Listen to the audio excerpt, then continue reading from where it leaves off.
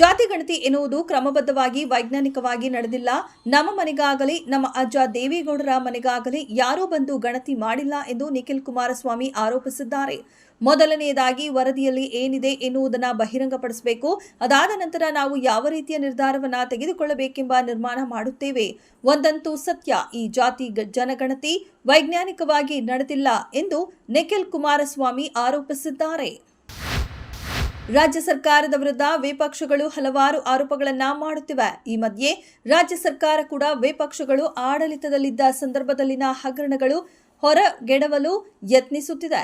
ಇತ್ತೀಚೆಗಷ್ಟೇ ರಾಜ್ಯ ಸರ್ಕಾರ ಕೋವಿಡ್ ಸಂದರ್ಭದಲ್ಲಿ ಹಗರಣ ನಡೆದಿದೆ ಎಂದು ಆರೋಪಿಸಿತ್ತು. ಈಗ ಹಗರಣದ ಹಿಂದೆ ಬಿದ್ದಿದೆ.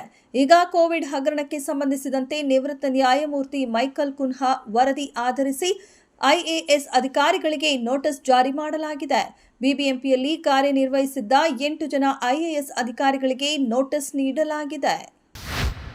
ಪ್ರಧಾನಿ ನರೇಂದ್ರ ಮೋದಿ ಅವರು ಎಐಎಡಿಎಂಕೆ ಎನ್ಡಿಎ ಸೇರುವ ನಿರ್ಧಾರದ ಬಗ್ಗೆ ಸಂತೋಷ ವ್ಯಕ್ತಪಡಿಸಿದ್ದಾರೆ ಮತ್ತು ಇತರ ಎನ್ಡಿಎ ಪಾಲುದಾರರೊಂದಿಗೆ ಒಟ್ಟಾಗಿ ಅವರು ತಮಿಳುನಾಡಿನ ಪ್ರಗತಿಯ ಹೊಸ ಎತ್ತರಕ್ಕೆ ಏರಿಸಲಿದ್ದಾರೆ ಎಂದು ವಿಶ್ವಾಸ ವ್ಯಕ್ತಪಡಿಸಿದ್ದಾರೆ. ತಮಿಳುನಾಡಿನ ಪ್ರಗತಿಯ ಕಡೆಗೆ ಒಗ್ಗಟ್ಟಿನಿಂದ ಎಐಎಡಿಎಂಕೆ ಎನ್ಡಿಎ ಕುಟುಂಬಕ್ಕೆ ಸೇರುತ್ತಿರುವುದು ಸಂತೋಷ ತಂದಿದೆ.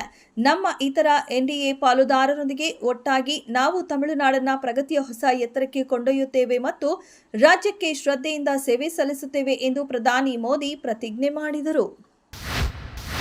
ಮಹಾರಾಷ್ಟ್ರದ ವಿದರ್ಭ ಪ್ರಾಂತ್ಯದ ಪ್ರಮುಖ ನಗರವಾದ ಅಮರಾವತಿಯಲ್ಲಿ ನಿರ್ಮಾಣಗೊಂಡಿರುವ ಅಮರಾವತಿ ವಿಮಾನ ನಿಲ್ದಾಣ ಇದೇ ಏಪ್ರಿಲ್ 16ರಂದು ಲೋಕಾರ್ಪಣೆ ಆಗಲಿದೆ.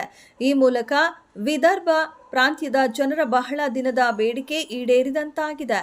ಏಪ್ರಿಲ್ 16ರಂದು ಮಹಾರಾಷ್ಟ್ರ ಮುಖ್ಯಮಂತ್ರಿ ದೇವೇಂದ್ರ ಫಡ್ನವೀಸ್ ಅವರು ಅಮರಾವತಿ ವಿಮಾನ ನಿಲ್ದಾಣವನ್ನು ಉದ್ಘಾಟಿಸಲಿದ್ದಾರೆ ಎಂದು ತಿಳಿದು ಬಂದಿದೆ.